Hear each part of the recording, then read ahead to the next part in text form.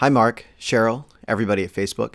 My name is Anil Dash. I'm the CEO of a small tech company in New York City, but some of you might remember that I come from the small community of creators that helped create some of the first social networks and social platforms 10 or 12 years ago in Silicon Valley. A lot of us remember the idealism of that moment, but we also remember that we had a sense of responsibility. And I want to harken back to that because we're at a moment where we've got people who are billionaires who have extreme amounts of power who in their free time talk about how they want to cure cancer or save the world, also saying, well, shucks, I didn't really anticipate there were going to be these kinds of impacts. I started in my dorm room. It was me and my roommate. And the truth is, we can't have it both ways. We can't say that we were able to change the world and then pretend it's not our fault when we do. A lot of the rhetoric has been almost pretending as if some of these negative effects that Facebook's data policies have had is unexpected. But I remember from the days that we were creating these networks that there were always people, whether in the technology world, in the journalism world, or even activists outside that were looking in, who were pointing out some of these threats and dangers. We were warned, especially by people who are underrepresented in the tech industry, who were saying, I understand some of the harms that could come to pass. I know tech is complicated if you're not in this world, and it can seem sort of insurmountable. But the solutions to these problems are not going to look like the ways we fixed industries in the past. Networks work differently.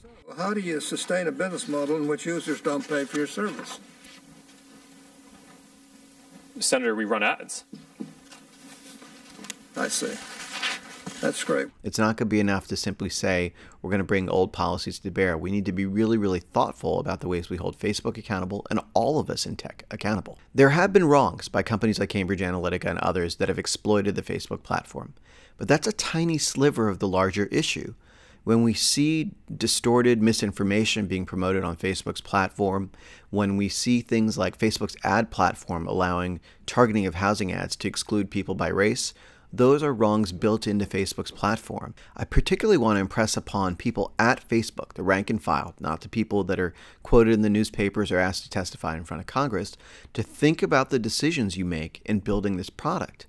When you build these services for billions of people, think about the people most at risk, most potential to be harmed, and design for them. And especially to the leadership at Facebook, I want you to think about the times when you have faced threats to your business, where you've said we need to spend billions or even tens of billions of dollars on major new initiatives, where we need to retrain our entire staff on new ways of working. This is something where you have to commit the exact same amount of resources, attention, and time to changing the culture and the way that Facebook designs its products and serves the world. That is the least bit of responsibility that a company owes when it gets to enjoy as much success as Facebook has had all these years. Thanks.